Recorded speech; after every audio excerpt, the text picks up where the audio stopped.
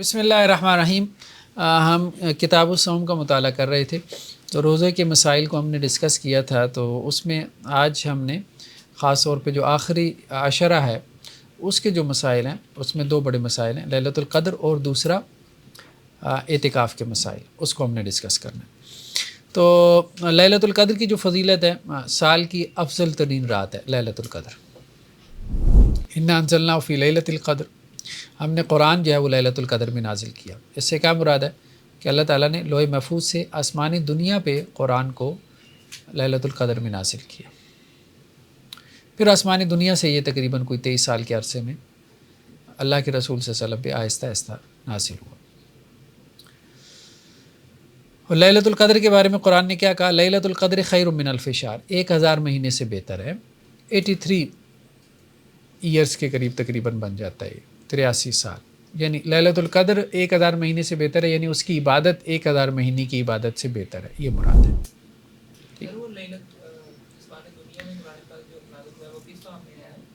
وہ نہیں سمجھ نہیں آ رہی، فارم سے کیا مراد؟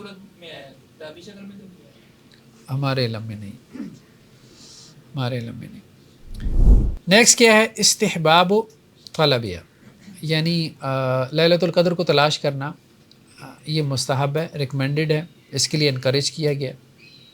اللہ کے رسول صلی اللہ علیہ وسلم کی کافی ساری احادیث ہمیں ملتی ہیں۔ نیکسٹ کیا ہے کہ لیلۃ القدر کی رات کون سی ہے؟ اس میں علماء کی مختلف آراء ہیں۔ بعض لوگوں کا کہنا یہ ہے کہ یہ 21 کی رات ہے، بعض کا کہنا یہ ہے کہ یہ 23 کی رات ہے، بعض کا کہنا ہے 25 کی، اور بعض کہتے ہیں کہ یہ 29 کی رات ہے۔ ایک بڑی تعداد یہ بھی کہتی ہے کہ 27 کی رات ہے۔ ابھی ہم آتے ہیں اس کی طرف، اس کی وجہ کیا ہوئی کہ یہ مختلف اقوال کیوں ہیں۔ مسند احمد میں ایک روایت ہے حضرت عبداللہ بن عمر سے کہ اللہ کے رسول صلی اللہ علیہ وسلم نے فرمایا، من کان متحریھا فلیتحرھا لیلہ السابع والعشرین، کہ جس نے لیلۃ القدر کو تلاش کرنا ہو تو وہ 27 کی رات میں تلاش کرے۔ مسند احمد کی روایت ہے، ٹھیک ہے؟ کیا مراد ہے اس سے؟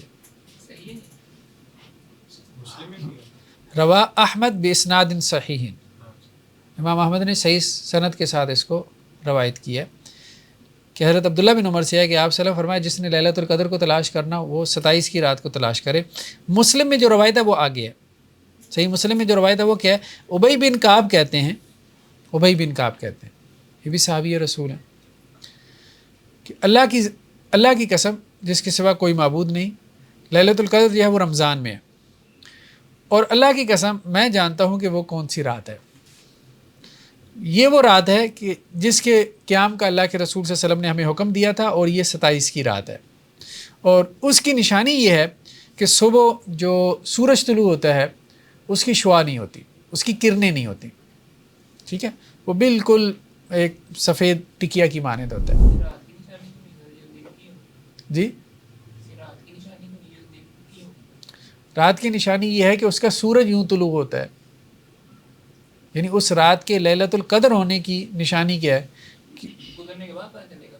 ہاں سر دیکھیں، یہ تو پھر ٹھیک ہے سر، اگر یہ اسناد صحیح بتا رہے ہیں، لیکن سر جو نبی صلی اللہ علیہ وسلم نے کیا فرمایا تھا، انہوں نے تو یہی کہا تھا نا کہ مجھ سے علم اٹھا لیا گیا ہے، تو پھر یہ 27ویں کا بھی انہوں نے کہا، یہ کیسی بات ہے؟ اصل میں یہ ہے کہ یہ لوگوں کو غلط فہمی لگی۔ ہوا یہ ہے، جو مختلف حدیثیں سامنے آپ رکھیں اور ان کو آپ انڈرسٹینڈ کریں، سمجھیں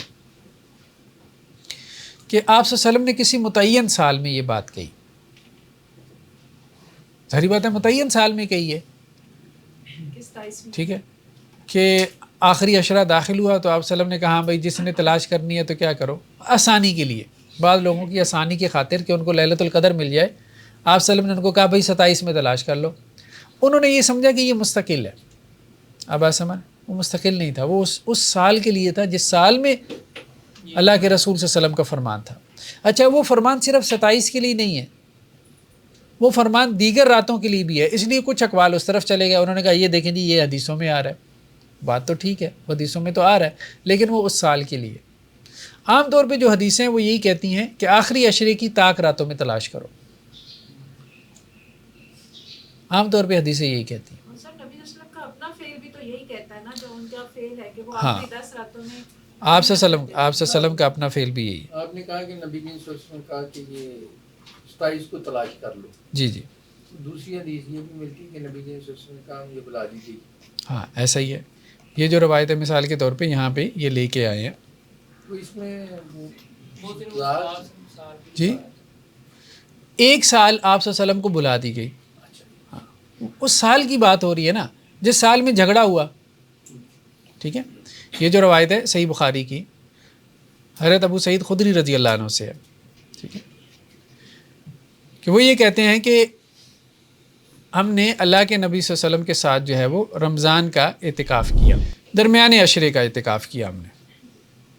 تو آپ صلی اللہ علیہ وسلم 20ویں تاریخ کی صبح اعتکاف سے باہر تشریف لائے اور ہم سے مخاطب ہوتے ہوئے فرمایا مجھے خواب میں شب قدر دکھائی گئی تھی مگر مجھے بھلا دی گئی, یا فرمایا کہ میں از خود بھول گیا, لہٰذا اب تم اسے آخری عشرے کی طاق راتوں میں تلاش کرو. ٹھیک ہے. تو وہ کہتے ہیں میں نے خواب میں ایسا دیکھا گویا کیچڑ میں سجدہ کر رہا ہوں, یعنی آپ صلی اللہ علیہ وسلم نے یہ بات کہی. لہذا جس شخص نے میرے ساتھ اعتکاف کیا تھا وہ واپس لوٹ آئے اور اعتکاف کرے. چنانچہ ہم واپس آ گئے اور اس وقت آسمان پر بادل کا نشان تک نہ تھا, لیکن اچانک بادل امڑ آیا اور اتنا برسا کہ مسجد کی چھت ٹپکنے لگی اور وہ کھجور کی شاخوں سے بنی ہوئی تھی.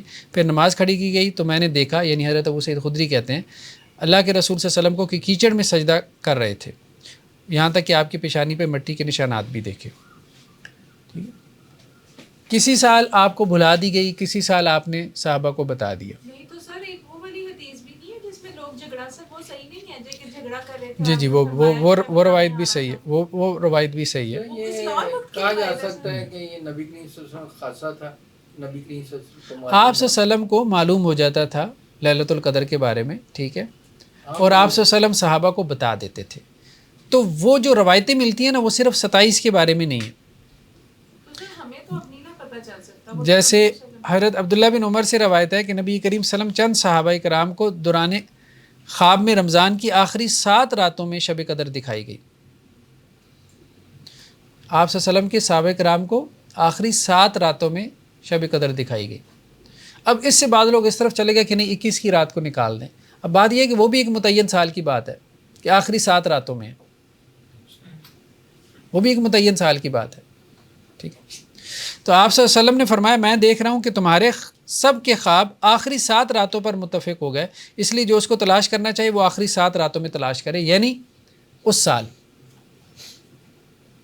جو دوسری روایت ہے صحیح بخاری کی اس میں کیا ہے, اس میں یہ بات ابھی ہم نے دیکھی ہے کہ جس نے اس کو تلاش کرنا ہے تو وہ کیا کرے, آخری عشرے کی طاق راتوں میں تلاش کرے. اس طرح سے اور بہت سی روایات ہیں, آپ اس کو دیکھیں گے تو وہ آپ کے لیے واضح ہوگا کہ مختلف آپ صلی اللہ علیہ وسلم نے جو ہے وہ مواقع پہ مختلف قسم کے جو ہے وہ بیانات صحابہ کو دیے. جی سر جس طرح اختلاف مطالعے والی بات تھی, اگر ہماری 22 سے 20 چل رہی ہے تاریخ, سعودیہ میں 21 چل رہی ہے, تو جی جی اس کا کیا کرنا ہے, اپنے مطابق کریں ہم اپنے. ہاں جو لیلۃ القدر کی رات ہے نا وہ ہم اپنے مطابق کریں گے, اپنے مطابق کریں گے. ٹھیک ہے. ہم سعودی عرب کو اس معاملے میں فالو نہیں کریں گے. اللہ کے لیے کچھ مشکل نہیں ہے, ایک لیلۃ القدر ان کے لیے بنا لے, ایک ہمارے لیے بنا دے. ٹھیک ہے. اللہ کے لیے کچھ اجر اور ثواب کے اعتبار سے. ہاں اس میں ایک بات سمجھ میں آتی ہے. دیکھیں ایک بات تو جو قرآن نے کہی ہے نا کہ اس رات میں فرشتے اترتے ہیں اور روح الامین بھی اترتے ہیں, ایک تو یہ ہے. ٹھیک ہے. اور فیہا یفرق کل امر حکیم, اس رات میں ہر قسم کے کیا ہیں فیصلے ہوتے ہیں سال بھر کے لیے. یہ جو بڑے بڑے امور ہیں نا یہ بظاہر یہ محسوس ہوتا ہے کہ یہ ایک ہی رات میں ہوتے ہیں. ٹھیک ہے. یہ ایک ہی رات میں ہوتے ہیں. باقی جو اجر ہے وہ اللہ سبحانہ و تعالیٰ اس رات کا جو قرآن نے کہا کہ خیر من الف شہر, وہ دونوں قسم کے مجاہدہ کرنے والوں کو دے دیے جاتے ہیں. تو صرف اجر کی بات ہے. مطلب ہمیں اس سے کیا کنسرن کہ جبریل امین جو ہے وہ کس رات میں نازل ہو رہا ہے, کون سا ہم نے ان سے گفتگو کرنی ہے یا کلام کرنا ہے. وہ تو جن کا دعویٰ ہے کہ وہ ہمارے اوپر اترتے ہیں تو وہ ان کے مسائل ہو سکتے. پورے آخری 10 دن کرتے تھے نا محنت, یعنی کہ ہاں آخری 10 دن اگر آپ سے پورے 10 دن کرے تو کچھ نہ کچھ تو ہو جائے گا نا. جی ایسا ہی ہے. اگر سعودیہ میں رات بھی آ جائے گی. ہاں جو 10 دن جو ہے وہ جسے ہم کہتے ہیں کہ جی رات 10 راتیں جاگے گا, 10 راتیں جاگنے سے 83 سال 4 مہینے کی بات ہے, سوال کسی کو مل رہا ہے تو کیا ہے اس میں کوئی حرج نہیں. بالکل صحیح بات. سر یہ جاگنے پر بھی تھوڑی روشنی ڈال دیں کہ اس وقت کون سے اعمال ہیں جو سنت سے ملتے ہیں ہمیں کہ کرنا چاہیے. دعا کا اہتمام کرنے کا آپ سلم نے کہا, دعا, ٹھیک ہے. الدعا هو العبادہ, بس یہ خاص دعا جو ہے وہ اصل میں عبادت ہے. مغفرت کی دعا کوئی بھی دعا کر لے. ویسے تو دعا وہ ملتی بھی ہے جو آپ سلم نے تجویز کی, حضرت عائشہ رضی اللہ عنہا, اللہم انک عفو تحب العفو فاعف عنا, یا اللہ آپ معاف کرنے والے ہیں, معافی کو پسند کرتے ہیں, تو مجھے بھی معاف فرما دیں, ٹھیک ہے, ہمیں معاف فرما. تو مطلب مغفرت کی دعا کرے, اور اس میں بھی دعا بیسیکلی وہ ہے. اور ساتھ میں قیام اللیل, آپ سلم کا مطلب یہ ہوتا تھا کہ رمضان کی آخری راتوں میں آپ اپنے قیام کو بڑھا دیتے تھے. ایک ہی دعا تکرار کے ساتھ کیجیے. ایک بھی دعا کر سکتے ہیں, مزید بھی دعائیں کر سکتے ہیں. نماز کی حالت میں دعائیں کرتے ہیں, نماز میں دعائیں کرتا رہے, ٹھیک ہے. سجدے میں دعا کر لے, تشہد میں کر لے, اس کے بعد کر لے, ٹھیک ہے. تو قیام اللیل میں قرآن مجید پڑھے, ہاں بہت نیکی کا کام ہے. پھر اس کے ساتھ ساتھ اگر تھک جائے, تھکاوٹ محسوس ہو تو, اور نہیں تو پھر تسبیحات کر لے, ذکر اذکار کر لے, قرآن کی تلاوت کر لے, ٹھیک ہے. باقی یہ جو مولوی شولوی سنتے ہیں نا, صحیح بات ہے, یہ ٹائم پاس کرتے ہیں. طاق راتوں میں اب ہمارے یہاں نا ایک رواج بن گیا, ہر دوسری مسجد والے وہ مولوی صاحب بلواتے ہیں, وہ اچھے خاصے پیسے دے کے اس کو بلوانا پڑتا ہے, اور وہ ریٹ طے کرتے ہوئے بڑی مشکل پیش آتی ہے. صحیح بات ہے. یا ہماری جو قریب محلے کی مسجد ہے نا, وہ بعض اوقات ڈسکس کر رہے ہوتے ہیں, یار ہم اسے اتنی پیشکش کر رہے ہیں, وہ آگے سے اتنا مانگی جا رہا ہے, اتنے پیسے ہیں کوئی نہیں. اور میں نے کہا اللہ کے بندوں کو تو ضرور مطلب اس کو بلوانا ہے, مطلب کوئی نیکی رہ جائے گی, ٹھیک ہے. تو کہنے کا مقصد یہ ہے کہ وہ اب آتے ہیں, وہ پھیرا لگا کے چلے جاتے ہیں, مطلب ان کا سیزن ہے نا, ان کا سیزن ہے, وہ سیزن لگا ہوا ہے. بٹ ٹھیک ہے, کسی کی کمائی پہ لات نہیں مارنی چاہیے, ہم وہ بات نہیں کر رہے. لیکن کہنے کا مقصد یہ ہے کہ آئیں گے اور آ کے بس ممبر پہ بیٹھیں گے اور گھڑی دیکھنی ہے, جی میں نے آگے جانا ہے, میں نے آگے جانا ہے, 10 منٹ میں نے آگے جانا ہے, فوراً میرا پہلے بیان کروائیں, اور پھر یہ وہ بس اسی میں جو ہے. اور وہ ایک رات مطلب 4 مساجد جو ہے وہ بکتا رہے ہوتے ہیں, 5 جو ہے وہ ایک رات کے اندر. ہاں تو اب وہ آ کے بھی کیا کر رہے ہیں, بس ادھر کی بات ادھر کی بات, وہ کوئی توجہ ہی نہیں ہو پاتی, کوئی سیریس بات ہی نہیں ہو پاتی. اور ویسے بھی بات یہ ہے کہ یہ راتیں بیسیکلی عبادت کے لیے, انفرادی عبادت کے لیے. کوشش یہ کرنی چاہیے زیادہ سے زیادہ عبادت کریں, کوشش یہ کرنی چاہیے. ہاں درمیان میں اگر مسجد والے چلیں, اب لوگوں کا رجحان بھی نہیں ہے, صحیح بات ہے کہ ایک بندہ کتنی عبادت کرے, وہ بھی ٹھیک کہتے ہیں یار لوگوں کا رجحان نہیں ہے تو وہ کیسے عبادت کرے گا, تو اس کو چلیں درمیان میں کوئی بیان رکھ لیا, وہ ٹھیک ہے. لیکن لمبے چوڑے بیانات رکھنا اور ساری رات سپیکر کھولے رکھنا, اعتکاف والی بھی عبادت نہ کر پائیں, یہ مقاصد کے خلاف ہے. سر یہ بھی ایک مسئلہ ہے, بعض مساجد میں نا جو ہے نا وہ پوری رات قیام اللیل کرواتے ہیں, مدارس میں یا تو وہ قاریوں کو بلاتے ہیں, جیسے آپ نے بتایا کہ ریٹ طے کرائی پہ, تو اس کو پھر وہ نا ان کو کرتے ہیں پوری رات وہاں کو لگائی رکھتے ہیں, ان کو بھی لگائی رکھتے ہیں, نہ ان کو کا ٹائم ملتا ہے. رات کو قیام اللیل ہونا چاہیے, اجتماعی ہو جائے, لیکن ایک وقت تک کے لیے ہو, ایک وقت تک کے لیے ہو, درمیان میں وقفہ دیں, لوگ اپنی عبادت بھی کریں, کچھ اللہ سے راز و نیاز بھی کریں, کوئی اپنی تسبیحات بھی کریں, کوئی اللہ سے خود بھی تو مانگیں, ٹھیک ہے. وہ قیام اللیل کی نیکی تو ہے, وہ ٹھیک ہے, وہ ٹھیک ہے. وہ ایک آدھ تک تراویح کروا لی, پھر رات کو کروا لی, 1 گھنٹہ کروا لی, 1.5 گھنٹہ کروا لی, بس کافی ہے. ساری رات مصروف رکھنا اجتماعی عبادت میں یہ مناسب نہیں ہے. مکمل ہونے کے بعد مطلب جو 2 رکھتے کے لیے آتے ہیں نا قاری رات, وہ کیسے ٹھیک ہے؟ چلیں بہرحال ہم زیادہ تو وہ نہیں کہہ سکتے ٹھیک ہے نہیں ہے, ایک آپ کہہ لیں کہ جی اپنا ویو پوائنٹ پیش کیا جا سکتا ہے, ٹھیک ہے. تو صحیح آخری عشرے کی طاق رہتے ہیں یا 10 مسلسل رہتے ہیں؟ طاق راتیں بیسیکلی تو آخری عشرے کی طاق راتیں جن میں لیلۃ القدر ہے, ٹھیک ہے. لیکن وہ یہ کہہ رہے ہیں کہ جی سعودی عرب سے اختلاف کی وجہ سے اب بہتر یہ ہے کہ 10 راتی جو ہے وہ ہم اس میں لیلۃ القدر تلاش کرنے کی کوشش کریں. سر اس میں مطلب اگر کوئی تھوڑا بہت سونا چاہے سو بھی سکتے ہیں نا, ہاں سونا چاہے تو اب ظاہری بات ہے کہ سو بھی سکتا ہے, کوئی حرج والی بات تو نہیں. جی شبینہ, ہاں ایک رات میں جو قرآن ختم کرتے ہیں نا, اس کو شبینہ کہتے ہیں, یہ مناسب نہیں ہے. ہاں ایک رات میں قرآن ختم کرتے ہیں اور عام طور پہ ہوتا ہی ہے کہ طاق راتوں میں نا وہ ایک قاری صاحب آ رہے ہیں 2 پارے پڑھ رہے ہیں، دوسرے آ رہے ہیں 3 پڑھ رہے ہیں، وہ اسپیکر کھول دیتے ہیں، گاؤں دیہات میں ایسا ہوتا ہے، ٹھیک ہے، وہ عشاء کے بعد شروع کرتے ہیں اور فجر تک پھر قرآن پڑھا جاتا ہے، اس میں لوگ آ کے قرآن سنتے ہیں۔ لوگوں کو اپنی عبادت کرنی چاہیے، سیدھی سی بات ہے۔ ایک وقت میں جہالت اتنی تھی، لوگوں کو قرآن پڑھنا نہیں آتا تھا، تو چلیں اس وقت میں وہ مولوی صاحب قرآن پڑھتے تھے، اگلے سن لیتے تھے، ٹھیک ہے۔ اب تو ہمارے پاس بہت فیسلٹیز ہیں، ٹھیک ہے، یہ کام وہ گھر بیٹھ کے بہت اچھے سے کر سکتا ہے، مطلب حرمین کے قاری وہ سن سکتا ہے تو اسے اپنی مسجد کے قاری کو کیا اس نے سننا ہے، ٹھیک ہے۔ تو بات یہ ہے کہ اصل چیز جو ہے نا وہ انفرادی عبادت ہے۔ آپ صلی اللہ علیہ وسلم نے تراویح کی جماعت بھی 3 دن کروائی نا، 23، 25 اور 27 کو۔ پورا رمضان آپ صلی اللہ علیہ وسلم نے تراویح کی نماز نہیں کروائی جماعت کے ساتھ، انفرادی عبادت کو ترجیح دی۔ تو رمضان میں کوشش کرے انسان انفرادی عبادت۔ ہاں اب بعض اوقات یہ ہوتا ہے کہ شیطان وسوسہ ڈالتا ہے، انفرادی بھی نہیں ہوتی، یعنی اجتماعی سے تو جاتا ہی جاتا ہے، انفرادی بھی نہیں ہو پاتی۔ انفرادی دیکھیں وہی کرے گا جو غیر رمضان میں بھی کچھ کر رہا ہے نا۔ ہاں اگر غیر رمضان میں کر ہی نہیں رہا، اب کہے چلو یار تراویح تو میں نہیں اس لیے نہیں پڑھا کہ صبح اٹھ کے پڑھوں گا، اب صبح اٹھ کے تو اس کے وطر بھی رہ جاتے ہیں، تو اب اس کو پھر تراویح جماعت کے ساتھ پڑھ لینی چاہیے۔ دیکھیں سب لوگوں کی ہمتیں ایک جیسی نہیں ہیں، سب کا کمٹمنٹ لیول بھی ایک جیسا نہیں ہے، تو جو انفرادی عبادت نہیں کر سکتا اس کے لیے پھر اجتماعی عبادت کا نظام ہے جو حضرت عمر رضی اللہ عنہ نے شروع کیا، ٹھیک ہے، کہ پورے رمضان میں کہا کہ جی اب تراویح پڑھو۔ ہاں جو کر سکتا ہے تو وہ پھر انفرادی کو ترجیح دے، اصل بات ہے۔ اللہ تعالیٰ نے خود تو کبھی نہیں ایسے مسجد میں پڑھی تھی نا، ہاں، وہ تو خود انفرادی پڑھتے تھے، لیکن جی سر جی ہمیں قرآن بھی تو نہیں آتا نا، تو جس کو آتا ہے وہی پڑھ سکتا ہے۔ ہاں ایسے ہی ہے، لیکن یہ ہم کر سکتے ہیں کہ چھوٹا سا مصحف اپنے ہاتھ میں پاکٹ سائز مصحف لے کے ہم اس سے دیکھ کے پڑھ سکتے ہیں، کوئی حرج نہیں، پارا دیکھ کے پڑھ لیں آپ۔ موبائل والا مصحف اس میں آ جائے گا؟ ہاں اب موبائل نہ استعمال کریں، وہ پھر بندہ کہیں اور پہنچ جاتا ہے، ٹھیک ہے۔ سب وہ لاک بھی ہوتی ہے ایپ اور نہ ایسے وہ ایک ڈو ناٹ ڈسٹرب موڈ بھی ہوتا ہے پر ہے تو موبائل ہی ضرور۔ اصل میں نا یہ اب ہم فقہی مسئلے کی طرف چلے جائیں گے، یہ اختلافی مسئلہ ہے نا کہ آپ مصحف جو ہے وہ اٹھا سکتے ہیں کہ نہیں، ٹھیک ہے، اس میں بھی اختلاف ہے، آپ مصحف اٹھا سکتے ہیں نہیں، آپ تو موبائل پہ پہنچی ہوئی ہیں۔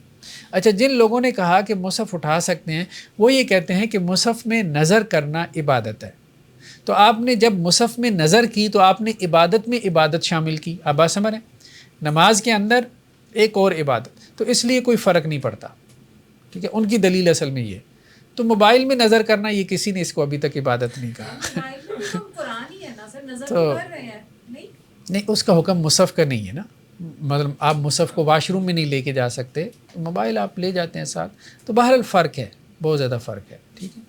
اس کو آپ ڈیلیٹ کر دیں تو اب ظاہری بات آپ یہ تو نہیں کہیں کہ میں نے قرآن مٹا دیا، ٹھیک ہے، اگر آپ نے ایپ ڈیلیٹ کر دی تو وہ احکامات اس پہ لاگو نہیں ہوتے، مصحف کے احکامات جو ہیں، مصحف سے مراد جو ہمارے پاس ہارڈ کاپی میں مصحف ہے، ٹھیک ہے، یعنی اس کے لیے جو آداب ہیں، جو اس کے ایٹیکیٹس ہیں مصحف کے حوالے سے، وہ ظاہری بات ہے وہ اس کے حوالے سے نہیں لاگو ہوتے، وہ جو موبائل ایپ ہے، تو اس لیے دونوں میں فرق کیا جاتا ہے، لیکن بہرحال جو آپ کو سمجھ میں آتا ہے بس کچھ کرے صحیح، سیدھی کچھ کرے صحیح، بہتر یہ معلوم ہوتا ہے کہ چھوٹا سا مصحف ہاتھ میں پکڑ کے تلاوت کر لیں۔ سر اصل وجہ یہ ہوتی ہے کہ مطلب عام طور پہ میں نے یہ دیکھا ہے کہ جو موبائل پہ خود بھی میں شامل ہوں، یہ ترجمہ ساتھ عبادت کا ہوتا ہے، دوسرا مصحف ہے نا چھوٹا سا ترجمہ نہیں ہوتا، تو چونکہ اب ہمیں اتنی عربی تو بھی سیکھ رہے ہیں تو یہ ہوتا ہے کہ جو نہیں ترجمہ نہ پڑھے، نماز کے اندر جو ہے وہ ترجمہ نہ پڑھے، ٹھیک ہے، نماز عربی میں ہی بہتر ہے۔ صحیح بخاری اور صحیح مسلم کی روایت حضرت ابو ہریرہ سے کہ آپ صلی اللہ علیہ وسلم نے فرمایا جس نے لیلۃ القدر کی رات قیام کیا ایمان کے ساتھ اور ثواب کی نیت سے، غفر لہ ما تقدم من ذنبہ، اللہ تعالیٰ اس کے پچھلے گناہ معاف فرما دے گا۔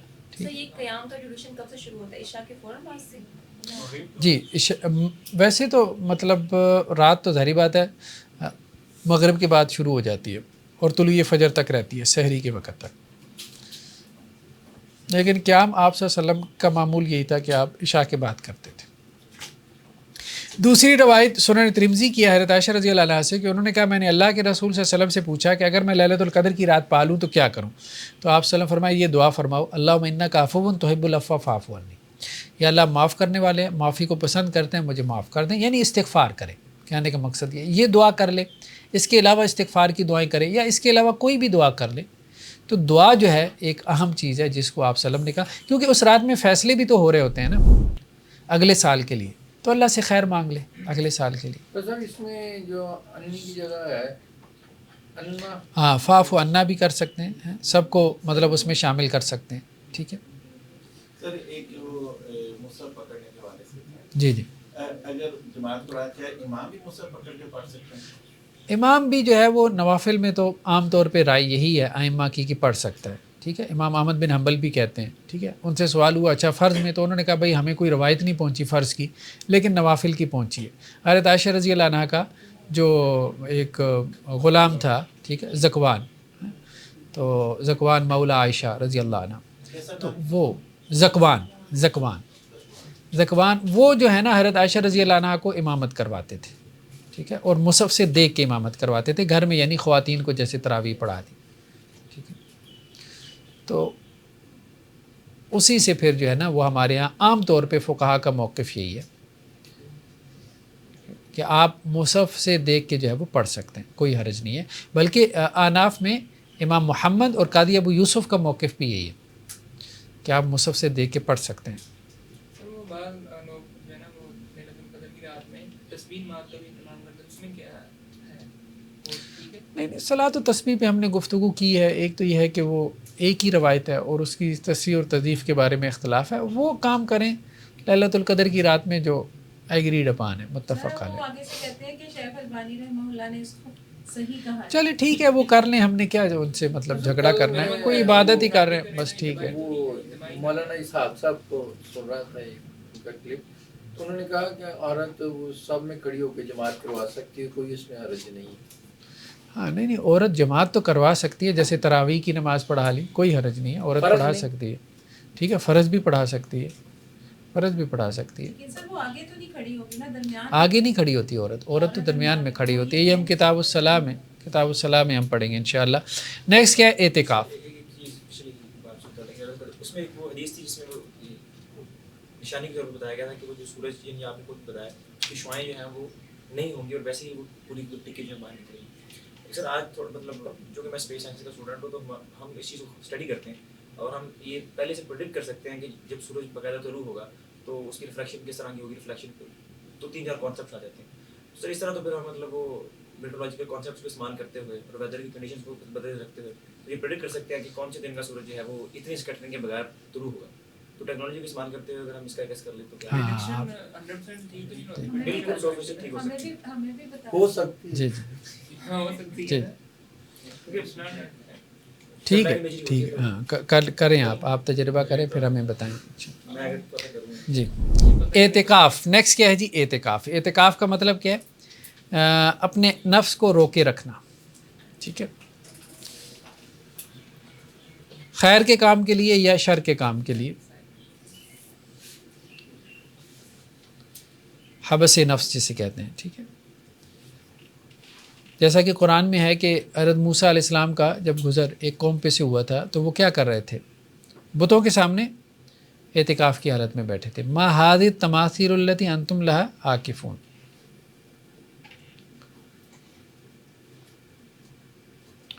یہ کون سے جو ہے وہ تماثیل، مجسمے ہیں، اسٹیچوز ہیں جن کے سامنے تم اعتکاف کرتے رہتے ہو. ٹھیک ہے، حضرت ابراہیم علیہ السلام کی قوم میں بھی یہ تھا نا. تو اعتکاف کی حالت میں بیٹھتے تھے. جیسے آپ دیکھیں بدھ مت میں ہے، وہ بدھا کا مجسمہ ہوتا ہے، اس کے سامنے بیٹھ جاتے ہیں یا اس کی تصویر کے سامنے. ٹھیک ہے، میڈیٹیشن کرتے ہیں. مشروعیتہ، اعتکاف کی مشروعیت، اس پہ کنسنسس ہے، یعنی ایگریمنٹ ہے کہ اللہ کے نبی صلی اللہ علیہ وسلم کی یہ سنت ہے اور آپ صلی اللہ علیہ وسلم رمضان کے آخری عشرے کا اعتکاف کرتے تھے. اور جس سال آپ صلی اللہ علیہ وسلم کی وفات ہوئی اس سال آپ صلی اللہ علیہ وسلم نے 20 دن اعتکاف کیا. یہ صحیح بخاری کی روایت ہے. ویسے 10 دن کا ہوتا تھا، لیکن جس سال آپ صلی اللہ علیہ وسلم کی وفات ہوئی اس دن آپ نے 20. تو اس سے مراد یہ ہے کہ آپ 20 دن کا بھی اعتکاف کر سکتے ہیں، آپ پورے مہینے کا بھی اعتکاف کر سکتے ہیں رمضان کے، اگر کرنا چاہے تو.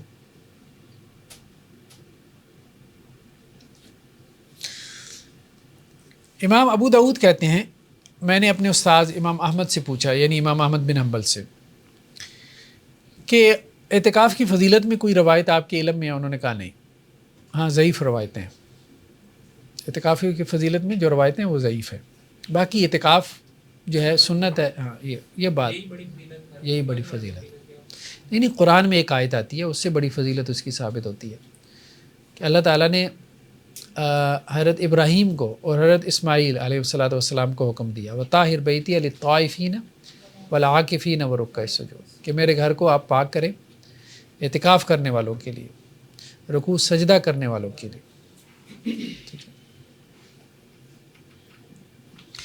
اعتکاف کی اقسام 2 قسمیں، مسنون ہے یا واجب ہے. واجب اعتکاف ہوا ہے جو آپ نے خود اپنے اوپر واجب کر لیا، یعنی نظر مان لی نا کہ اگر میرا یہ کام ہو گیا تو میں اعتکاف کروں گا. ٹھیک ہے، صحیح بخاری میں ہے کہ آپ صلی اللہ علیہ وسلم نے فرمایا من نظر ان یطیع اللہ فلیطع، جس نے یہ نظر مانی کہ وہ اللہ کی اطاعت میں کوئی کام کرے گا تو پھر اسے وہ کام کرنا چاہیے. اور حضرت عمر رضی اللہ عنہ سے ہے، وہ یہ کہتے ہیں کہ میں نے کہا اللہ کے رسول صلی اللہ علیہ وسلم میں نے ایک نظر مانی تھی کہ میں مسجد حرام میں 1 رات کا اعتکاف کروں گا، تو آپ صلی اللہ علیہ وسلم نے کیا کہا اوفی بنظر، اپنی نظر کو پورا کرو. تو یہ واجب اعتکاف ہے، یعنی جس کی آپ نے نظر مان لی میرا یہ کام ہو گیا تو میں مسجد نبوی میں اعتکاف کروں گا یا مسجد حرام میں اعتکاف کروں گا یا مسجد اقصیٰ میں اعتکاف کروں گا. 3 مساجد میں تو اجازت ہے، باقی کسی مسجد میں یہ نہیں بات کہہ سکتا کیونکہ کسی اور چوتھی مسجد کا ثواب ثابت نہیں. ٹھیک. سوال ہے سر، نظر کے بارے میں حدیث بھی ہے کہ نظر سے صرف وکیل کا مال ہی نکلتا ہے، تو مطلب صدقہ کرنے کا کہا گیا کہ پہلے آپ نیکی کرو پھر اللہ سے دعا مانگو، تو وہی رول یہاں بھی اپلائی ہوتا ہے. نظر مان سکتے ہیں، ٹھیک ہے. بس یوفون بالنظر قرآن نے کہا کہ اپنی نظروں کو پورا کرتے. اللہ نے اپنے بندوں کے تعارف میں یہ بات کہی ہے. زمانو، اعتکاف کا زمانہ. مستحب جو اعتکاف ہے اس کا کوئی وقت مطلب محدود نہیں ہے، ضروری نہیں رمضان میں ہو. ٹھیک ہے، ضروری نہیں رمضان میں. واجب تو وہ ہے نا جو آپ نے واجب اپنے اوپر کیا، تو جو مستحب ہے اس کا بھی کوئی وقت مقرر نہیں ہے. اور رمضان میں بھی ہو سکتا ہے، رمضان کے علاوہ بھی ہو سکتا ہے، جب بھی آپ مسجد میں داخل ہو. ہاں مسجد میں داخل ہوتی ہاں بندہ اعتکاف کی نیت کر لے تو کوئی حرج نہیں. یعلا بن امیہ سے ہے کہ میں مسجد میں 1 گھڑی کے لیے بھی رکتا ہوں تو میں اعتکاف کی نیت کر لیتا ہوں. حضرت عائشہ رضی اللہ عنہا سے ہے کہ اللہ کے نبی صلی اللہ علیہ وسلم جب اعتکاف کا ارادہ کرتے تھے کان اذا اراد ان یعتکف صلی الفجر، فجر کی نماز پڑھتے تھے، ثم دخل معتکفہ، تو پھر آپ صلی اللہ علیہ وسلم جو ہے وہ اپنے اعتکاف والی جگہ میں یعنی خیمے میں داخل ہوتے تھے فجر پڑھ کے. 21ویں روزے کی رات مسجد میں گزارتے تھے. ٹھیک ہے، 21ویں کی رات یعنی آپ یوں سمجھیں کہ مغرب کی نماز آپ نے مسجد میں پڑھ لی، پھر رات آپ نے مسجد میں گزاری تاکہ آپ کو لیلۃ القدر مل جائے. لیکن اعتکاف کا وقت جو ہے کب شروع ہوتا ہے؟ فجر کے وقت شروع ہوتا ہے.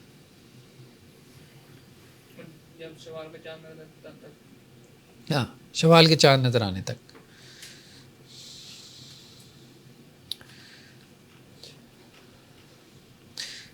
ایک اور روایت میں ہے کہ اللہ کے رسول صلی اللہ علیہ وسلم نے رمضان کے آخری عشرے میں جو ہے وہ اعتکاف کا ارادہ کیا، تو بس آپ نے حکم دیا تو آپ کے لیے خیمہ لگا دیا گیا. اچھا، ایک ہمارے یہاں اب اجتماعی اعتکاف کا ایک رواج چل پڑا ہے، لوگ خیمے بھی نہیں لگاتے، یہ ٹھیک نہیں ہے.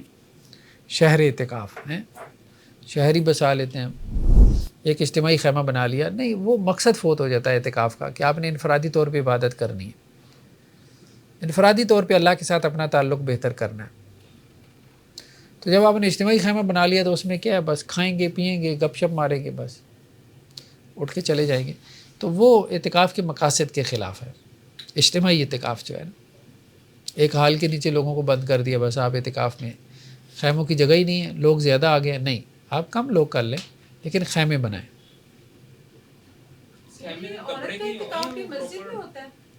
ہاں عورت کا اعتکاف بھی جو ہے وہ مسجد میں ہوتا ہے، وہ آگے بات آ رہی ہے.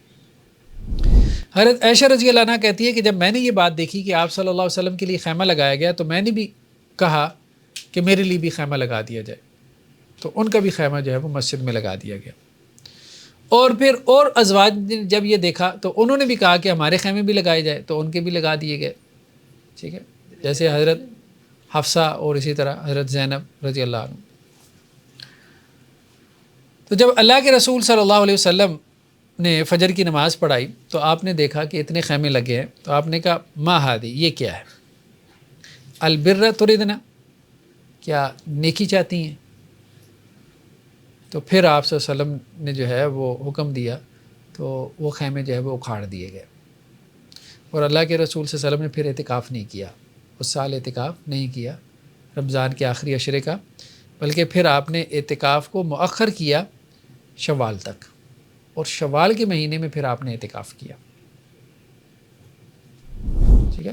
یعنی آپ صلی اللہ علیہ وسلم کا معمول تھا جب ایک کام شروع کر دیتے تھے تو پھر آپ اس کو ہمیشہ کرتے تھے، ٹھیک ہے۔ تو ایک مرتبہ ایسے ہوا کہ آپ صلی اللہ علیہ وسلم نے عصر کے بعد جو ہے وہ نماز پڑھی، تو کسی نے کہا کہ نبی کریم صلی اللہ علیہ وسلم آپ ہمیں منع کرتے ہیں عصر کے بعد نماز سے، آپ تو خود پڑھ رہے ہیں۔ تو اللہ کے رسول صلی اللہ علیہ وسلم نے فرمایا کہ یہ نماز ظہر کے بعد کی جو ہے وہ رکعتیں تھی، اور کوئی وفد آیا تھا، ان کے ساتھ بات چیت کی وجہ سے رہ گئی تھی، تو وہ میں نے ابھی ان کی قضا ادا کی ہے۔ یعنی آپ صلی اللہ علیہ وسلم کا یہ معمول تھا کہ آپ کوئی نفل بھی شروع کرتے تھے اس پہ اس کو ہمیشہ اختیار کرتے تھے، یعنی آپ کی تہجد بھی اگر کسی وجہ سے رہ گئی تو آپ اس کو پھر دن میں پڑھ لیتے تھے، تو اس لیے آپ نے اس کو کیا کیا، شوال میں ادا کیا اعتکاف کو۔ یہ اکھاڑے کی مطلب رش زیادہ ہو گیا تھا، جی رش ہو گیا تھا؟ نہیں رش نہیں زیادہ ہو گیا تھا، مطلب یہی ہے کہ اللہ کے رسول صلی اللہ علیہ وسلم نے فرمایا کہ مطلب یہ نیکی میں اس قسم کی جو مسابقت ہے نا، اس میں جو جذبہ ہے وہ صحیح معلوم نہیں ہو رہا، ٹھیک ہے۔ ہاں، تو وہ اللہ کے رسول صلی اللہ علیہ وسلم نے اس کو اس معنی میں لیا کہ یہ میری قربت کی وجہ سے آپ اعتکاف کر رہی ہیں، میری قربت حاصل کرنے کے لیے، حالانکہ یہ اللہ کی قربت کے حصول کے لیے ہونا چاہیے تھا، پھر جب آپ نے شوال میں کیا تھا، ٹھیک ہے۔ تو آپ صلی اللہ علیہ وسلم نے پھر ان کے خیمے بھی جو ہے وہ اکھڑوا دی، اور پھر اپنا خیمہ بھی جو ہے وہ اس کو ختم کروا دیا، اور پھر اس کو ظاہری بات ہے فرض تو تھا نہیں، فرض تو تھا۔ نیکسٹ کیا ہے اس کی شروط؟ معتکف کی شروط یہ ہیں کہ وہ مسلمان ہو، ٹھیک ہے، اور پاک ہو، پاک صاف ہو، کہ حائضہ یا نفاس والی عورت مسجد میں اعتکاف نہیں کر سکتی، مسجد میں نہیں بیٹھ سکتی، ٹھیک ہے۔ ارکان یعنی اس کے پلرز کیا ہیں اعتکاف کے، جس کے اوپر اعتکاف کی عبادت کھڑی ہے۔ بنیادی ترین جو اس کا پلر ہے وہ تو مسجد کے اندر قیام ہے، اعتکاف کی نیت کے ساتھ مسجد کے اندر قیام کرنا، مسجد میں ٹھہرنا، اعتکاف کا مقصد ہی یہی ہے۔ تو اس لیے مسجد سے بلا وجہ نکلے گا تو اس کا اعتکاف ختم ہو جائے گا، بلا وجہ اگر نکلے گا تو بنیادی پلر اس کا یہی ہے۔ جی ہاں، وہی بات ہم نے کہی، نیت کے ساتھ مسجد میں قیام کرنا، اعتکاف کی نیت کے ساتھ مسجد میں قیام کرنا، اس کو ایک پلر بنا لیں یا دو پلر بنا لیں، دو ارکان بنا لیں۔ کون سی مسجد میں اعتکاف ہو جاتا ہے؟ امام ابو حنیفہ، امام احمد، ان کا کہنا یہ ہے کہ ہر اس مسجد میں جس میں جماعت کی نماز ہوتی ہو، لیکن یہ بات تو ٹھیک ہے، کم از کم جماعت تو ہوتی ہو نا اس میں، اب جس میں جماعت کی نماز بھی نہیں ہو رہی، پیٹرول پمپ والی، ٹھیک ہے، ہاں پیٹرول پمپ والی مسجد جیسے، ٹھیک ہے، تو اس میں اعتکاف بیٹھ کے کیا کرے گا، ٹھیک ہے، مطلب یا تو یہ ہے کہ اس کے بیٹھنے کی وجہ سے جماعت شروع ہو جائے، وہ پھر ایک علیحدہ بات ہے، ٹھیک ہے، وہ تو اچھی بات ہے۔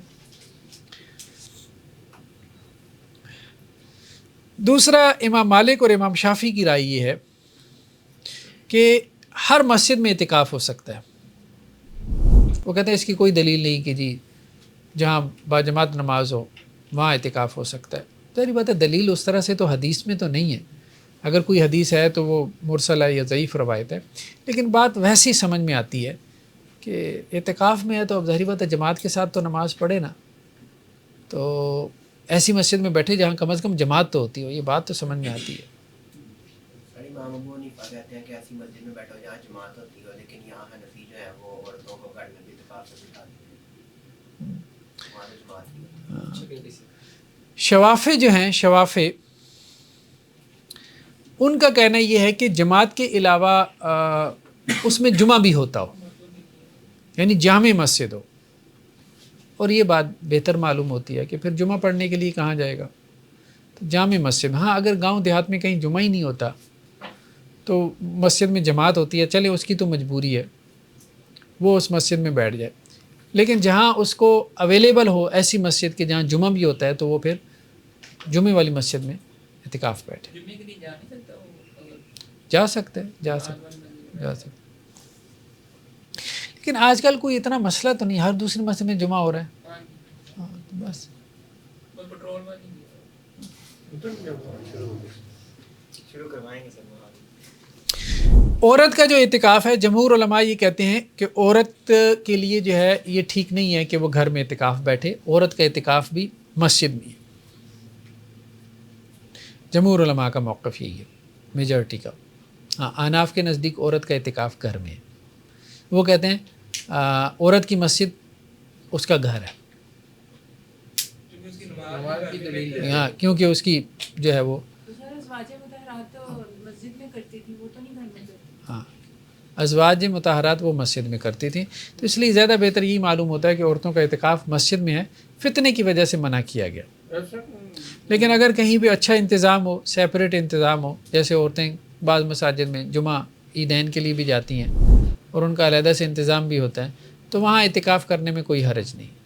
نبی کریم صلی اللہ علیہ وسلم کی وفات کے بعد وہاں مومنین نے مسجد میں اعتکاف کیا؟ جی کیا، آپ صلی اللہ علیہ وسلم کی وفات کے بعد ازواج مطہرات نے مسجد نبوی میں اعتکاف کیا۔ سر اگر کوئی گھر میں کرے تو وہ بھی اعتکاف ہو جاتا ہے؟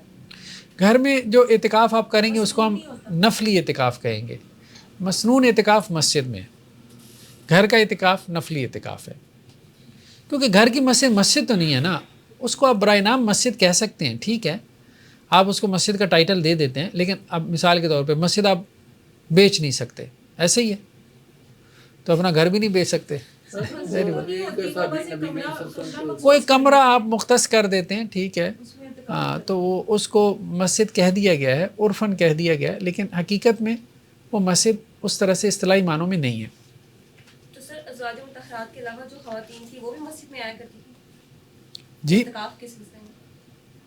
ازواج مطہرات کے علاوہ یہ ہمارے علم میں نہیں ہے، یہ ہمارے یہ تو یہ بھی بن سکتا ہے نا کہ چونکہ وہ مسجد سے ملحق تھے ان کے حجرے، تو اس لیے وہ وہاں کر لیتی تو وہ حجروں میں کیوں نہ کر دیتی، وہ مسجد میں کیوں؟ تو میرا پسند یہ کہ کیا دوسری خواتین بھی آتی تھیں؟ دوسری ہمارے پاس نالج نہیں، ہاں ہمارے پاس اس کا علم نہیں۔ پوچھنا چاہ رہا تھا کہ واقعی اس سے تو یہ علت نکالی جا سکتی ہے کہ امہات المومنین کے لیے شاید ایک خاصہ ہو، اللہ کے نبی نے ان کو بھی نکال لیں، جنہوں نے نہیں نکالنی انہوں نے نہیں نکالنی، جنہوں نے نکالنی انہوں نے نکالنی ہے، مطلب سوچ کا اختلاف رہے گا، ایسے ہی ہے نا، ٹھیک ہے۔ اور آثار ملے آپ کو آج تک کہ کسی صحابیہ نے جو مطلب نہیں اللہ کے رسول صلی اللہ علیہ وسلم کے زمانے میں نہیں ملتا، لیکن بعد میں تھا، بعد میں ٹھیک ہے۔ صوم المعتکف، معتکف کا روزہ رکھنا، بعض علماء کا کہنا یہ ہے کہ معتکف جو ہے اس کے لیے روزہ رکھنا ضروری ہے، بعض علماء کا کہنا یہ ہے کہ معتکف جو ہے وہ بغیر روزے کی بھی اعتکاف کر سکتا ہے، مثال کے طور پہ بیمار ہے، شرعی طور پہ معذور ہے نا، ٹھیک ہے، اب روزہ اس کو معاف ہے تو کیا اعتکاف کر سکتا ہے؟ کہتے ہیں ہاں کر سکتا ہے۔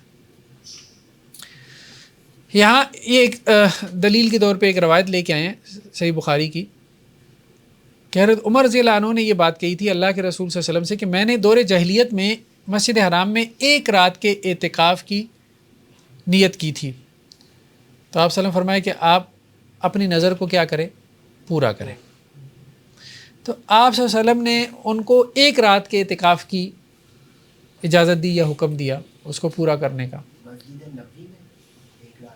مسجد حرام، ٹھیک ہے، لیکن اللہ کے رسول صلی اللہ علیہ وسلم نے ظاہر بات ہے آپ روزہ رکھنے کا تو نہیں کہا، اور ایک رات میں روزہ بھی کیسے رکھا جا سکتا ہے، تو انہوں نے کہا جی اعتکاف تو ہو گیا بغیر روزے کے، ثابت ہو گیا، ٹھیک ہے۔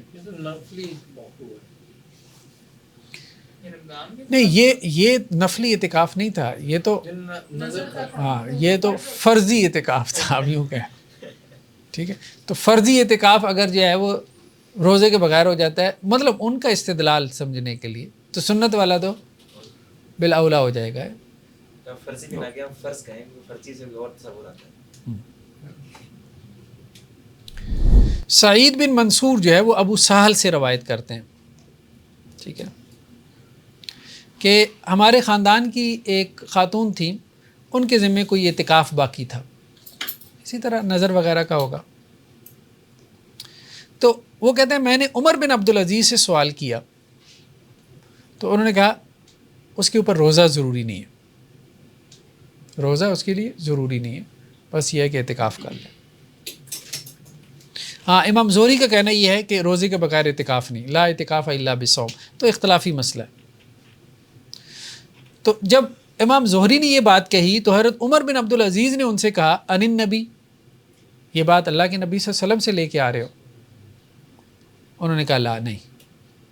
انہوں نے کہا فن ابی بکر، حضرت ابو بکر سے آپ کے پاس کوئی روایت ہے کہ انہوں نے یہ بات کہی کہ روزے کے بغیر اعتکاف نہیں؟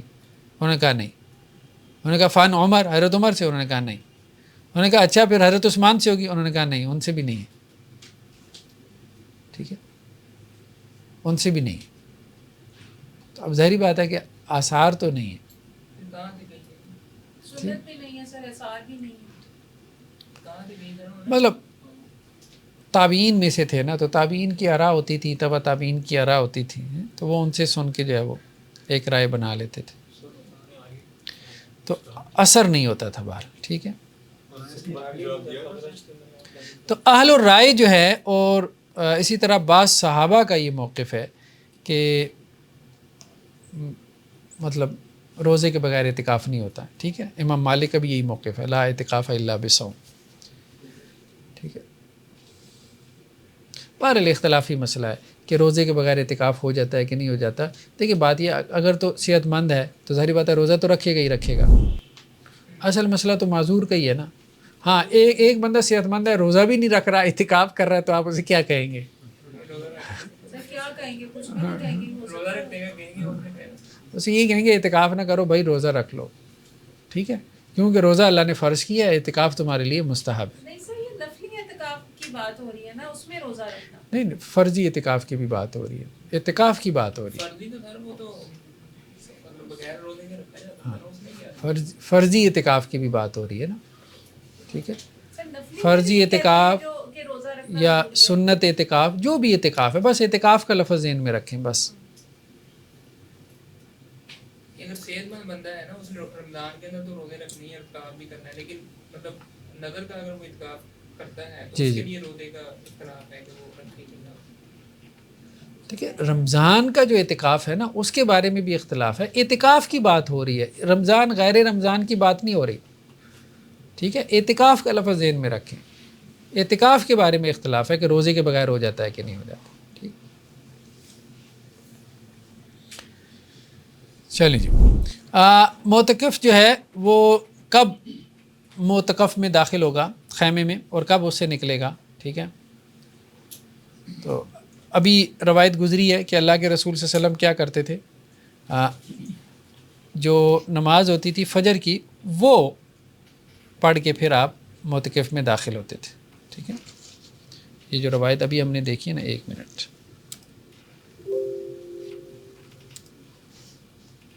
یہ والی روایت، کان اذا اراد ان یعتکف صلی الفجر ثم دخل معتکفہ، اور نکلے گا کب؟ ظاہری بات ہے جب چاند نکلنے کا اعلان ہو جائے گا. ٹھیک ہے، وہ بعض اوقات 29 روزوں کے بعد ہوتا ہے اور بعض اوقات 30 روزوں کے بعد. لیکن یہ جو سب مغرب کے بعد وہ چلے جاتے ہیں. ہاں مغرب کے بعد. امام ابو حنیفہ اور امام شافعی کا کہنا یہ ہے فَإِنَّهُ يَخْرُجُ بَعْدَ غُرُوبِ الشَّمْسِ. ٹھیک ہے، جو آخری دن ہوگا، جو بھی جس دن چاند نظر آیا، ٹھیک ہے، اس دن وہ نکلے گا غروب شمس کے بعد. یہ امام ابو حنیفہ اور امام شافعی کا کہنا یہ ہے. اور امام مالک اور امام احمد کا کہنا یہ ہے کہ بہتر یہ ہے کہ عید کی نماز پڑھ کے گھر جائے. ہاں ٹھیک ہے. وقال مالک و احمد ان خرج بعد غروب الشمس اجزا. اگر غروب شمس کے بعد بھی چلا جائے تب بھی ٹھیک ہے، لیکن مستحب کیا ہے؟ ان یبقى فی المسجد حتی یخرج الی صلاۃ العید، کہ رات مسجد میں گزارے، عید کی رات مسجد میں گزارے. سر اس میں انتہما لکھا ہوا ہے نا، ان دونوں کے نزدیک نبی صلی اللہ علیہ وسلم کا کیا طریقہ تھا؟ ہاں، اللہ کے رسول صلی اللہ علیہ وسلم کے بارے میں ہمیں نہیں ملتا کہ آپ نے اس طرح سے عید کی رات جو ہے وہ مسجد میں گزاری ہو. ہاں بعض روایتیں ہیں لیکن وہ بھی ضعیف ہیں جس میں یہ بات کہی گئی ہے کہ عید کی رات کو خاص طور پہ عبادت کرو کیونکہ یہ اجرت کی رات ہے. تو وہ اس اعتبار سے ان روایتوں کا وہ اعتبار کرتے ہوئے وہ یہ کہتے ہیں کہ عید کی رات کو کیا کرے، عبادت کرنا مستحب ہے، اور گھر جائے گا تو اب ظاہری بات ہے کیا عبادت اس نے کرنی ہے، تو مسجد میں ہی رہے. سر یہی جو فتنے والا پہلے آپ نے ایک علت بتائی تھی اعتکاف کے متعلق کہ چاند رات کے اوپر فٹ کر کے تو نکالا جا سکتا ہے کہ وہ مسجد میں ہی رہے اعتکاف میں. دیکھیں اگر تو جو ہے نا بیوی بچوں والا ہے تو ظاہری بات ہے پھر تو گھر جائے. ٹھیک ہے، انہوں نے کپڑے شپڑے خریدنے ہیں، بازار کی مطلب خریداری کرنی ہے. ہاں اگر اس کے اوپر کوئی ریسپانسبلٹی نہیں ہے، چھڑا چھاٹ ہے، تو پھر ٹھیک ہے مسجد میں رہے.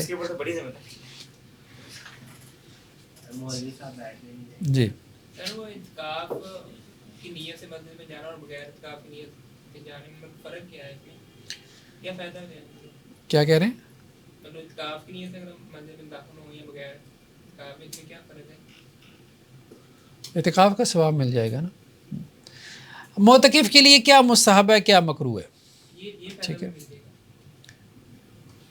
کیا مطلب؟ مطلب جو معتکف ہے اس کو جو بھی چیزیں اس کو الاؤ ہے مسجد کے اندر کرنے کے لیے، الاؤ شلاؤ بات چھوڑ دیں. مستحب کے لیے معتکف کے لیے کیا مستحب ہے، کیا مکروہ ہے. ٹھیک ہے، تو نفل عبادات، تلاوت قرآن، نفل نماز، تسبیح و تحمید، تحلیل و تکبیر، استغفار وغیرہ، درود شریف وغیرہ، ان چیزوں کا اہتمام کرے، دعا وغیرہ کا.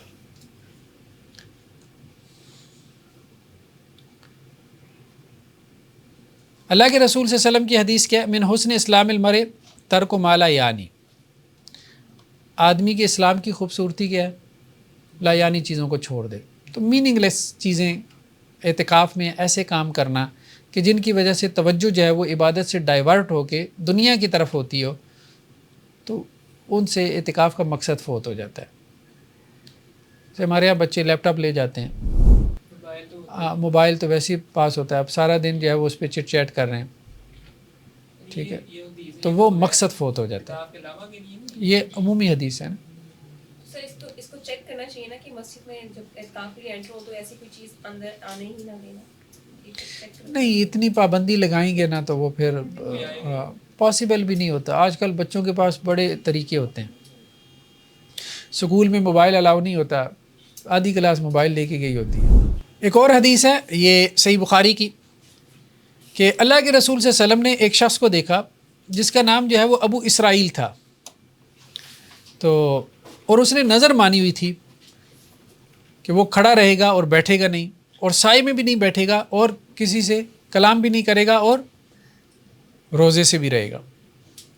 ٹھیک ہے، اب ایسی اس نے نظر مان لی کہ اگر یہ ہو گیا تو میں سارا دن دھوپ میں کھڑا رہوں گا اور کسی سے گفتگو بھی نہیں کروں گا اور روزے کی حالت میں.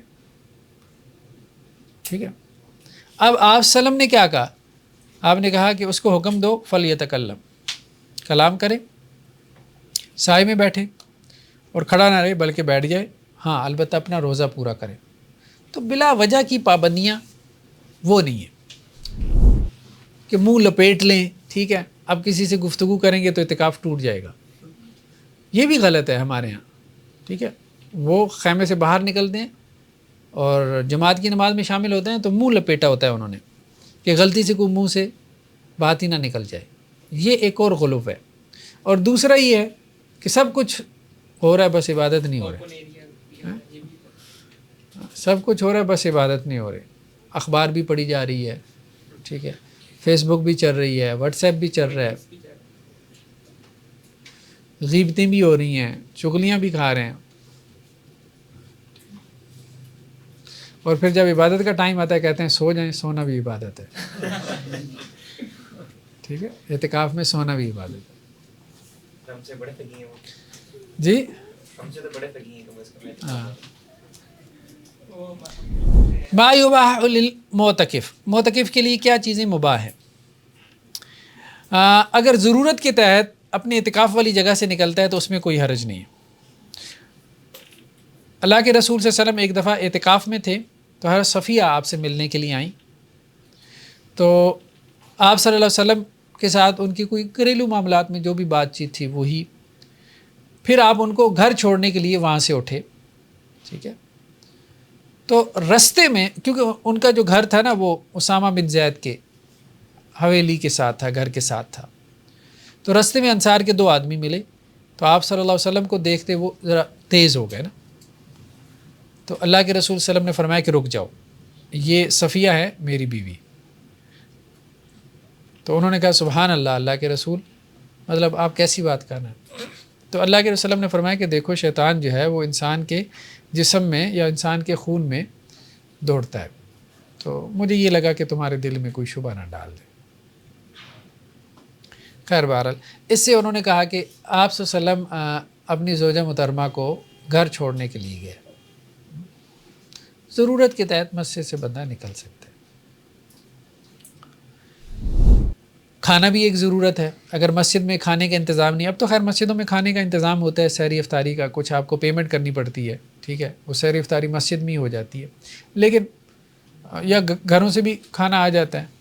اگر کوئی نہیں بھی لانے والا بچہ وغیرہ نہیں ہے تو گھر جا کے کھانا کھا سکتا ہے, یا قضاء حاجت کی جگہ نہیں ہے مسجد کے ساتھ تو گھر جا کے قضاء حاجت بھی پوری کر سکتا ہے. یعنی ضرورت کے تحت گھر جا سکتا ہے, لیکن بیٹھے نہیں وہاں جا کے, آپ بیٹھ کے 2 گھنٹے گپے مار کے پھر آئے.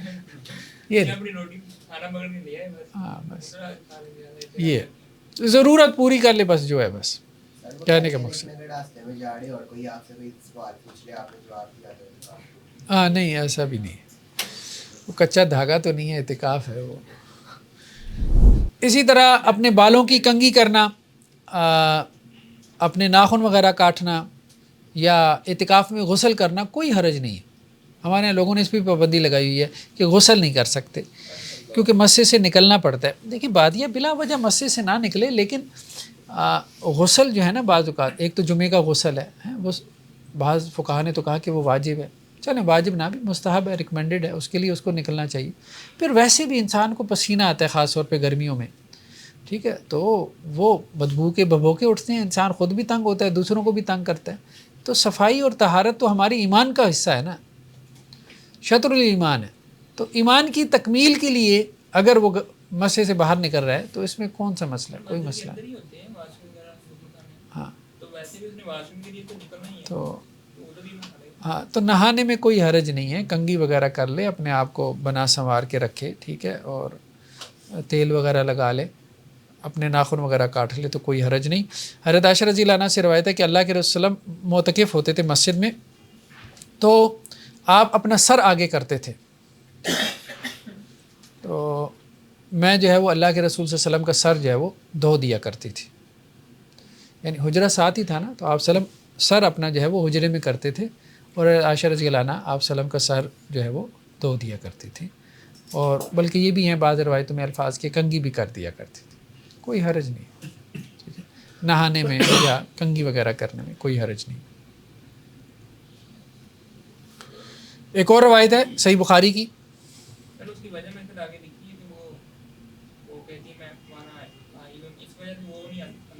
جی ایک اور روایت ہے صحیح بخاری کی کہ آپ صلی اللہ علیہ وسلم فرمایا کہ بندہ اعتکاف کی حالت میں اپنے گھر میں داخل نہ ہو مگر حاجت کے لیے, ضروری حاجت کے لیے. ٹھیک ہے, یعنی آپ صلی اللہ علیہ وسلم بھی ضروری حاجت کے لیے گھر میں داخل ہوتے تھے. حضرت عائشہ سے روایت ہے کہ اللہ کے رسول جب اعتکاف کی حالت میں ہوتے تھے تو اپنا سر میرے قریب کرتے تھے, تو میں اس میں کنگھی کر دیتی تھی, اور آپ گھر میں بھی آ جاتے تھے مگر حاجت کے لیے. ٹھیک ہے, اس وقت تو واش رومز وغیرہ نہیں ہوتے تھے نا مساجد کے ساتھ.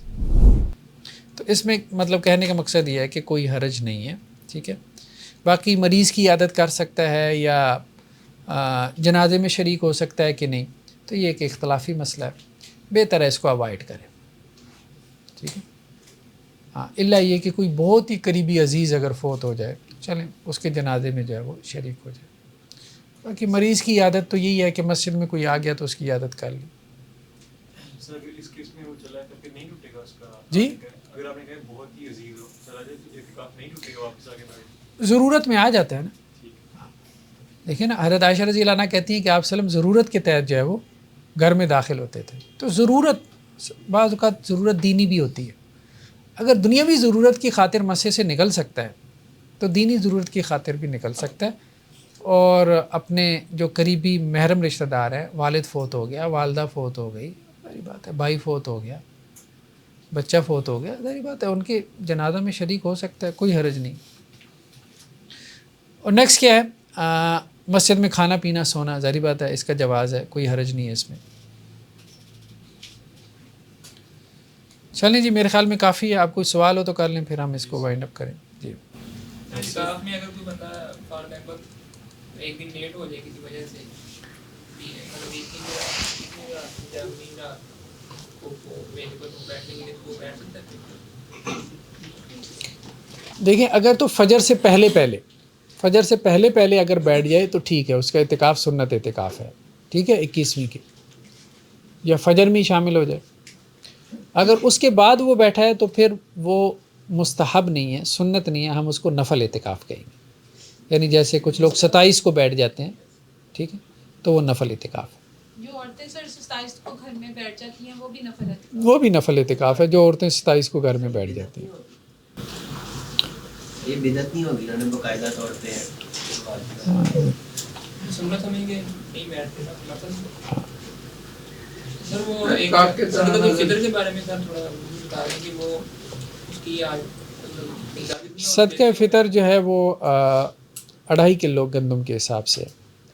اگرچہ اختلافی مسئلہ ہے، میجورٹی فقہا کی یہی کہتی ہے کہ سا جو ہے نا وہ 2.5 کلو کا ہے. اناف کے نزدیک 1.25 کلو کا بنتا ہے نصف سا، ٹھیک ہے.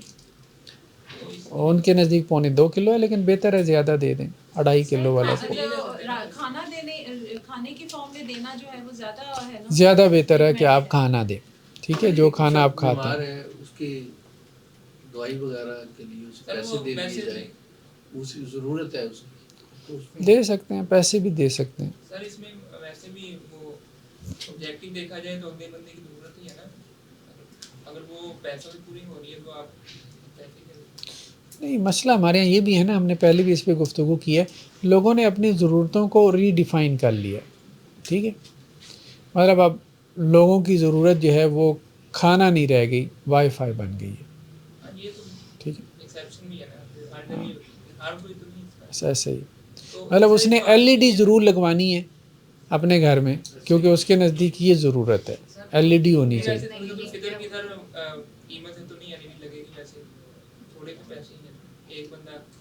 ہم ویسی بات کریں. سر اس میں یہ پوچھنا یہ تھا کہ فطر ہے، صدقہ ہے یا زکات ہے، جب آپ کسی کو دیتے ہیں تو مطلب بتانے کی ضرورت تو نہیں نہ ہوتی اس میں؟ آپ کیا کہہ کہتے ہیں بتانے کی ضرورت، بس مطلب عید ہے مطلب بنا کہتے ہیں عید ہے آپ بس کیا سر یہ کوئی حرج نہیں. میکسیمم 2 days پہلے دے سکتے ہیں نا؟ نہیں، کوئی اس کا دورانیہ متعین نہیں ہے صدقہ فطر کا. آتا نہیں ہے یہ عبداللہ ابن عمر رضی اللہ عنہ شاید صرف ایسے اتنے 2 دن پہلے پھر جمع کر لیتے تھے. سر لوگ کہتے ہیں کہ رمضان کے شروع میں بھی دے سکتے ہیں. دے سکتے ہیں آپ اس کو، جو ہے بہتر ہے کہ رمضان کے آخر میں دیں تاکہ وہ اپنی عید کی کچھ تیاری کر لیں، اور مقصد یہ ہے کہ عید کی خوشیوں میں وہ بھی شامل ہو جائیں. سر یہ ایک دفعہ ذرا کنفرم کر دیں کہ مطلب پیسے دیتے ہوئے عیدی کہہ کے دے سکتے ہیں؟ سر ایک بات بتا دیں سر، وہ نماز سے ریلیٹڈ بات ہے. سر یہ جو آتے ہیں جو وسوسے ڈالنے والا، سر یہ جو جندب ہے شیطان، تو سر جب ہم نماز میں تعوذ پڑھیں گے تو اعوذ باللہ من جندب پڑھیں گے اور پھر 3 دفعہ چٹکاریں گے لیفٹ سائڈ پہ. خنزب کے لفظ آتے ہیں، خنزب کے لفظ آتے ہیں. ایک صحابی نے کہا تھا اللہ کے رسول صلی اللہ علیہ وسلم سے کہ مجھے وسوسے آتے ہیں، تو اللہ کے رسول صلی اللہ علیہ وسلم نے کہا کہ یہ ایک شیطان ہے، اس کا نام خنزب ہے. تو جب آپ کو وسوسہ آئے تو آپ اللہم انی اعوذ بک من الخنزب پڑھ کے اپنے قلب کی طرف رخ کر کے نا ہلکا سا جیسے بندہ تھتکار دیتا ہے، ٹھیک ہے، تو آئندہ وہ تنگ نہیں کرے گا. تو وہ کی طرف یا لیفٹ سائڈ پہ؟ وہی لیفٹ سائڈ پہ قلب ہے. نہیں مطلب کس طرف ہونا چاہیے ڈائریکشن؟ ہاں، ہارٹ کی طرف ہاں، یا ہارٹ کندھے کی ہارٹ طرف؟ ہارٹ کی طرف. تو کیونکہ شیطان کا وسوسہ جو ہے نا الذی یوسوس فی صدور الناس، بیسیکلی انسان کے دل میں وسوسہ ڈالتا ہے. اس میں پاس اعوذ باللہ من الشیطان الرجیم بھی ہے حدیث میں کسی بھی ترک ہے؟ نہیں، اللہم انی اعوذ بک من الخنزر، میں نے تو یہی پڑھے ہیں، ہو سکتا ہے وہ بھی ہو. سر میرا ایک عقیدے کا سوال ہے، دو حدیثیں میں آج پڑھی ہیں اس طرح کی. سر ایک تو وہ کہ رسول اللہ صلی اللہ علیہ وسلم نے فرمایا کہ شیطان ہے وہ انسان کے جسم میں خون کی طرح گردش کرتا ہے، اور ابھی آپ نے اس میں ذکر کیا. سر میں نے یہ پوچھا تھا کہ شیطان کو دل کے جو خیالات ہیں اس تک ان سے رسائی ہوتی، جان سکتے ہیں ان کو، یا وہ صرف اللہ ہی جانتے ہیں دل کے خیالات؟ شیطان نہیں جانتا الا یہ کہ آپ اس کو ظاہر کر دیں. سر قرآن میں بھی ایسی آیت ہے کہ صرف اللہ ہی جانتے ہیں دلوں کے شمار. اگر وہ کام میں غسل واجب ہو جائے، غسل واجب، اس کے لیے پھر اس کا اعتکاف رہے گا یا غسل؟ ہاں، وہ اگر غسل واجب ہو جائے تو وہ مسجد سے باہر نکلے اور اپنا غسل کر کے پھر مسجد میں آ جائے. اچھا سر، اگر کوئی عورت مسجد میں اعتکاف میں بیٹھی ہے اور اس کو کوئی پیریڈز کا یا ایسا مسئلہ ہو گیا، وہ پھر بعد میں پورا کرے ہاں، گی؟ وہ اس کا اعتکاف ختم ہو گیا، بس بعد میں اس کو پورا کرنا چاہے تو کر سکتی ہے، نہیں تو نہ بھی کرے تو کوئی حرج نہیں. حناف کے نزدیک لازم ہوگا، ٹھیک ہے، اس کو بعد میں پورا کرنا. تو یہ غسل واجب کے لیے بھی یہی فارمولہ ہوگا، اعتکاف ختم کر لے یا نہیں، اعتکاف ختم نہیں ہوتا اس سے، اعتکاف نہیں ختم ہوتا. ٹھیک ہے جی، چلیں جی، کافی ہو گیا. کافی زیادہ ہونا ہے. سبحانک اللہم.